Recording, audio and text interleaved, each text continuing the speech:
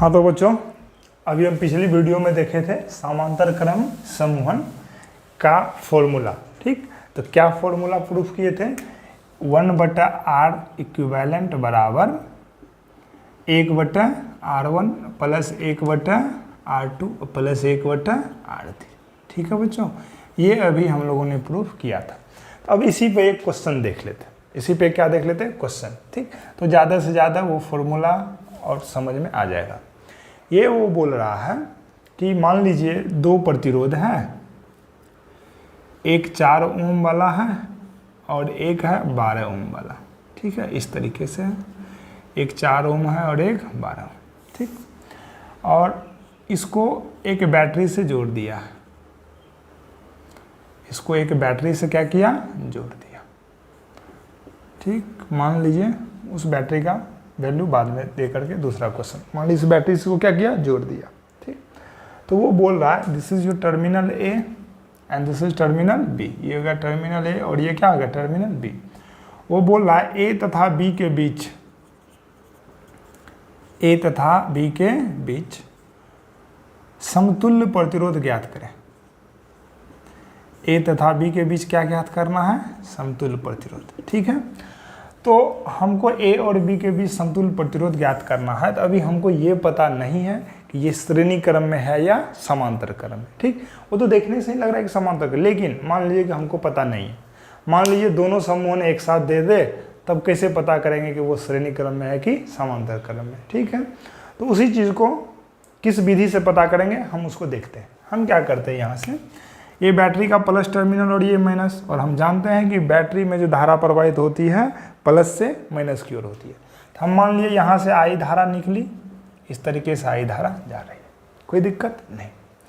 जो ही आई यहाँ पहुँची तो यहाँ पे कितना रास्ता मिला इसको? 2 रास्ता। तो भाई आई को तो दोनों रास्ते में करंट देना होगा, बराबर नहीं देगा लेकिन दोनों रास्ते में करंट देना होगा। तो हम मान लेते हैं इधर I1 गया और इधर कैसा गया? I2।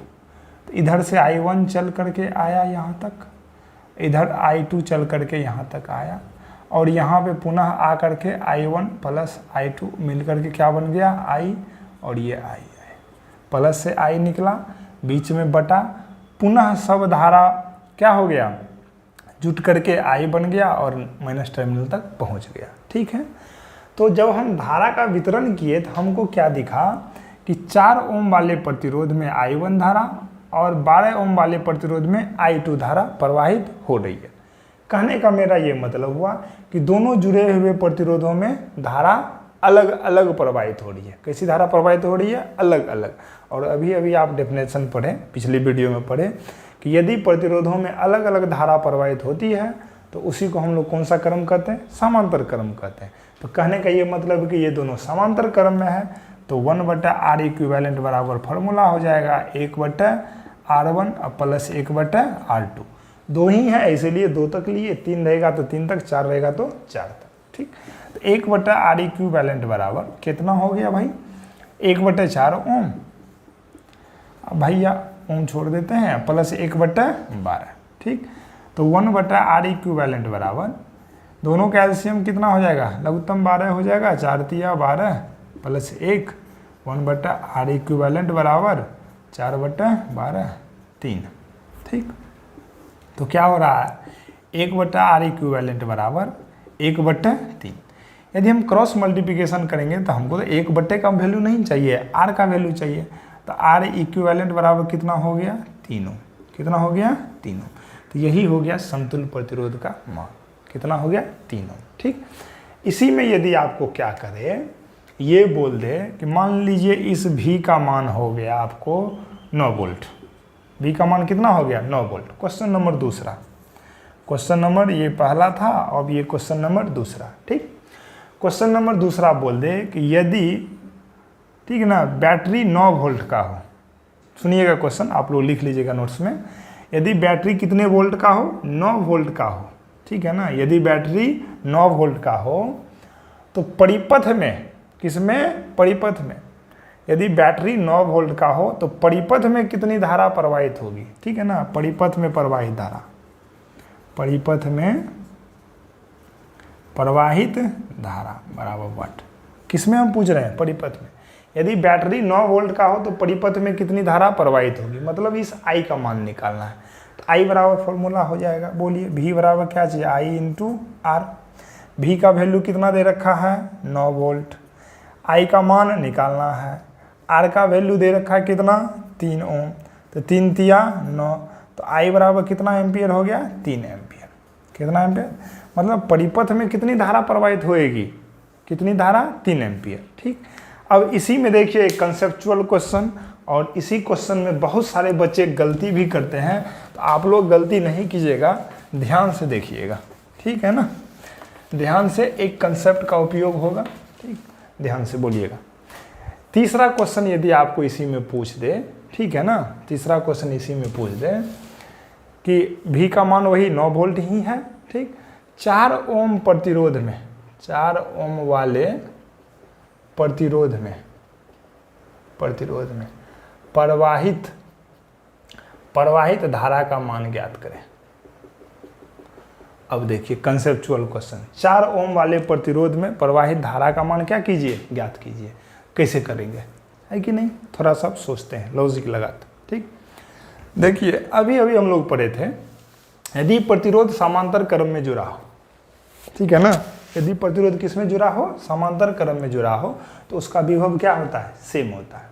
मतलब यदि यहाँ 9 वोल्ट है, ये दोनों समांतर क्रम में है, तो इसका भी विभव कितना हो जाएगा? 9 वोल्ट, और इसका भी विभव कितना हो जाएगा? 9 वोल्ट।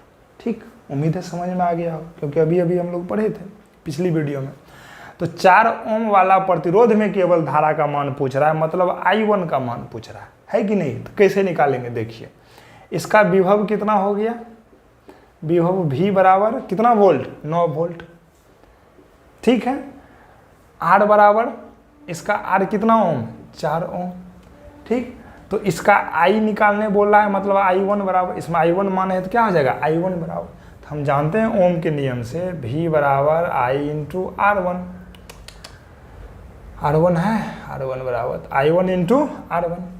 I1 का वैल्यू निकालना है तो V बटे कितना हो जाएगा? R1। V का वैल्यू कितना वोल्ट भाई? 9 वोल्ट।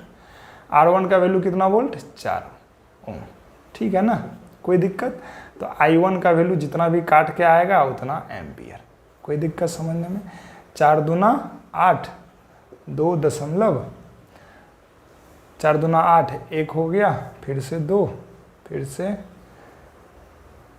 10, 8, 2, 5, ठीक है ना, 2.25 एम्पियर I1 का मान हो गया। कोई दिक्कत? तो यहाँ पर हम कौन सा कंसेप्ट लगाएं कि समांतर क्रम में जुड़े हुए प्रतिरोधों का विभव क्या होता है? सेम होता है। ये वाला कंसेप्ट आपको बड़े बड़े क्वेश्चन सॉल्व करने में क्या करेंगे? मदद करेंगे। ठीक है बच्चों, उम्मीद है आपको समझ में आ गया होगा। समांतर क्रम का समतुल्य प्रतिरोध निकालना, कुल धारा निकालना, और किसी भी एक प्रतिरोध में धारा कैसे निकालेंगे वो चीज़ करना। कोई दिक्कत? तो ठीक है, नेक्स्ट देखते हैं, आप लोग इसको लिखिए। नेक्स्ट देखते हैं श्रेणी क्रम और समांतर क्रम में अंतर। ठीक है बच्चों, चलिए तो बच्चों देखते हैं श्रेणी क्रम और समांतर क्रम में अंतर। ठीक, दीजिएगा आप लोग, हेडिंग दीजिएगा, ऊपर लिखिए श्रेणी क्रम समूहन और समांतर क्रम समूहन में अंतर। ठीक, दे दिए, हिंदी में लिखिए, अंग्रेजी में लिखिए डिफरेंस बिटवीन, ठीक, series combination, series and parallel combination, series and parallel combination. ठीक है, कुछ दिन बाद बच्चों 11th और 12th का भी वीडियो एक एक चैप्टर वाइज क्या करेंगे, लाएंगे। ठीक, आपके जो भी दोस्त हैं 11th और 12th में, उनके बीच जरूर शेयर कीजिएगा। ठीक है ना। तो बोर्ड का 2 पार्ट करते हैं, एक साइड देते हैं श्रेणी क्रम समूहन, दूसरे साइड देते हैं समांतर क्रम समूहन। ठीक है, इसमें लिखिएगा पहला पॉइंट। आप लोग भी बोल सकते हैं कि इसमें कैसी धारा प्रवाहित होती है? समान धारा प्रवाहित होती है, लिखिएगा। ठीक, सभी जुड़े हुए प्रतिरोधकों में, सभी जुड़े हुए प्रतिरोधकों में या प्रतिरोधों में समान धारा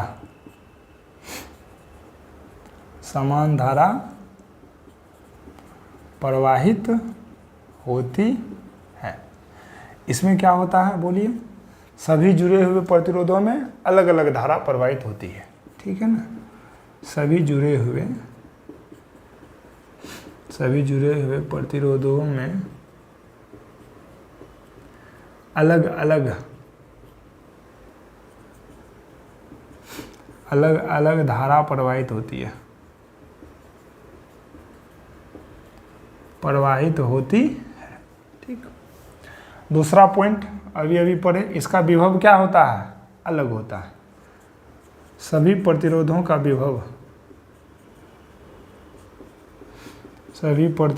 विभव क्या होता है, अलग अलग होता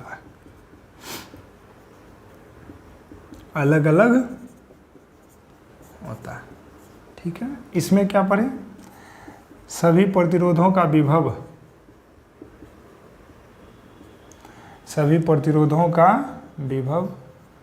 क्या होता है, समान होता है। सभी प्रतिरोधों का विभव समान होता है, ठीक है भाई। तीसरा नंबर देखते हैं, इसका समतुल्य प्रतिरोध का फॉर्मूला क्या होता है, R1 plus R2 plus R3, है कि नहीं। कहने का ये मतलब है समतुल्य प्रतिरोध का मान, ठीक, सभी प्रतिरोधों के मान के योग क्या होता है, बराबर होता है। तो हम इसको लिख सकते हैं इस तरह से, समतुल्य प्रतिरोध का मान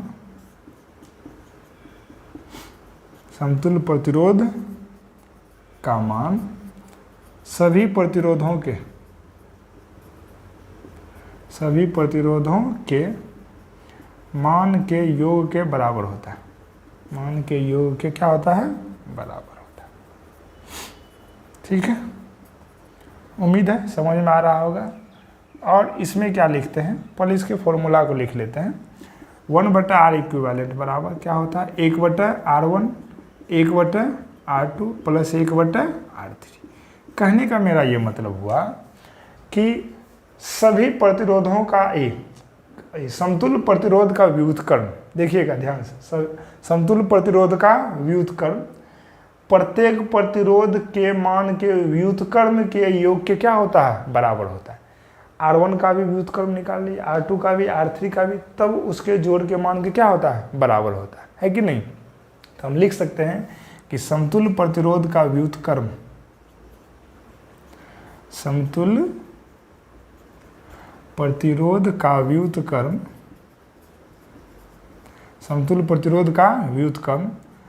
प्रत्येक प्रतिरोध के मान के व्युत्क्रम, प्रत्येक प्रतिरोध के मान के व्युत्क्रम के योग के बराबर होता है, के योग के बराबर होता है, ठीक है ना, कोई दिक्कत नहीं।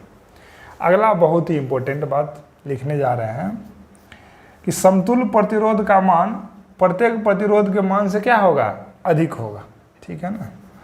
समतुल्य प्रतिरोध का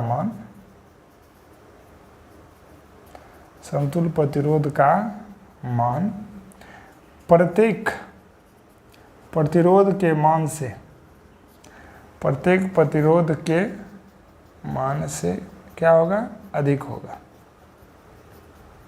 क्या होगा, अधिक होगा, ठीक है। चौथा नंबर इसका देखते हैं, ठीक है ना। क्या होगा, समतुल्य प्रतिरोध का मान, ठीक है ना, प्रत्येक प्रतिरोध के मान से क्या होगा, कम ही होगा, ज़्यादा कभी भी नहीं होगा, ठीक है ना। समतुल्य प्रतिरोध का मान, समतुल्य प्रतिरोध का मान प्रत्येक प्रतिरोध के मान से कम ही होगा, ठीक है ना। इसमें क्या होता है, यदि एक प्रतिरोध को आप परिपथ से निकाल लेंगे तो बाकी प्रतिरोध में धारा प्रवाहित क्या हो जाएगी, बंद हो जाएगी, ठीक है ना। लिखिए 5वां नंबर लिखिए, एक प्रतिरोध को परिपथ से हटाने पर, एक प्रतिरोध को परिपथ से हटाने पर